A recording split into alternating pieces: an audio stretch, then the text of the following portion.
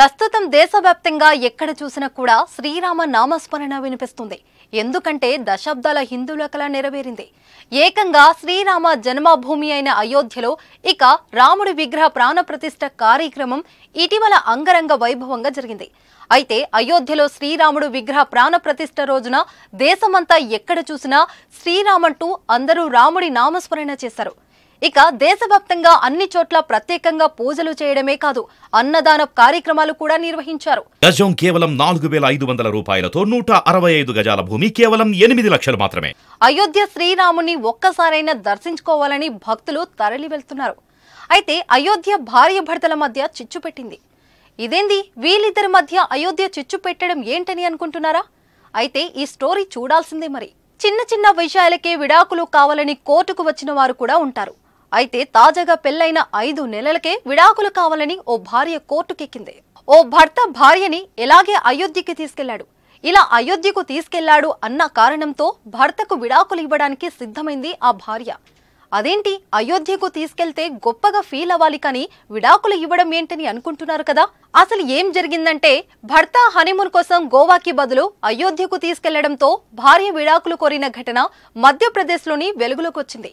భోపాల్కు చెందిన దంపతులకు 5 నెలల క్రితం పెళ్లైంది. అయితే ఇరువురు తొలుత గోవా ట్రిప్కు ప్లాన్ చేసుకున్నారు. తీరా అక్కడికి వెళ్లే ఒక రోజు ముందు అయోధ్యలో బాలరాముడి ప్రాణప్రతిష్ఠ వేడుకకు వెళ్దామని తీసుకెళ్లాడు భర్త. వెళ్లేటప్పుడు ఇష్టంగానే వెళ్లిన సదరు భార్య తిరిగి వచ్చిన తర్వాత అసలు సమస్య మొదలైంది. దీంతో మహిళ తనకు విడాకులు కావాలని ఫ్యామిలీ కోర్టులో పిటిషన్ వేసింది. దీంతో భార్య చేసిన పనికి ఆ భర్త అవాక్కయ్యాడు. ఈ విషయం సోషల్ మీడియాలో హాట్ టాపిక్ గా మారిపోయింది. అయితే ఆమె చెప్పిన కారణం విని జడ్జి షాక్ అయ్యారు. తన భర్త హనీమూన్కు తీసుకువెళ్తాని పెళ్లికి ముందు చెప్పాడని చెప్పింది.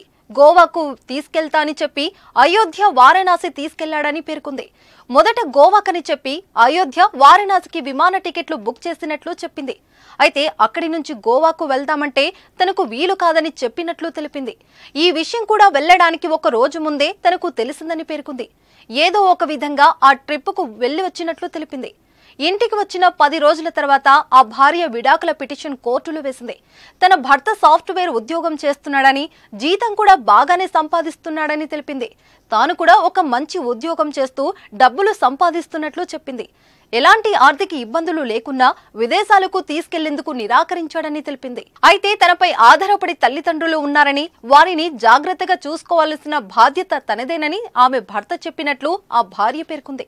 ఈ క్రమంలోనే తనకు చెప్పకుండానే అయోధ్య వారణాసికి విమాన టికెట్లు బుక్ చేశాడని ఆవేదన వ్యక్తం చేసింది. విడాకుల కోసం పిటిషన్ దాఖలు చేసిన భార్య తన భర్త తనకంటే ఆయన కుటుంబ సభ్యులకే ఎక్కువ ప్రాధాన్యత ఇస్తున్నాడని తెలిపింది. వారి విషయంలోనే ఎక్కువ జాగ్రత్తగా ఉంటున్నాడని ఆరోపించింది. అయితే ఈ మొత్తం వ్యవహారంపై ఆ భర్త స్పందించాడు.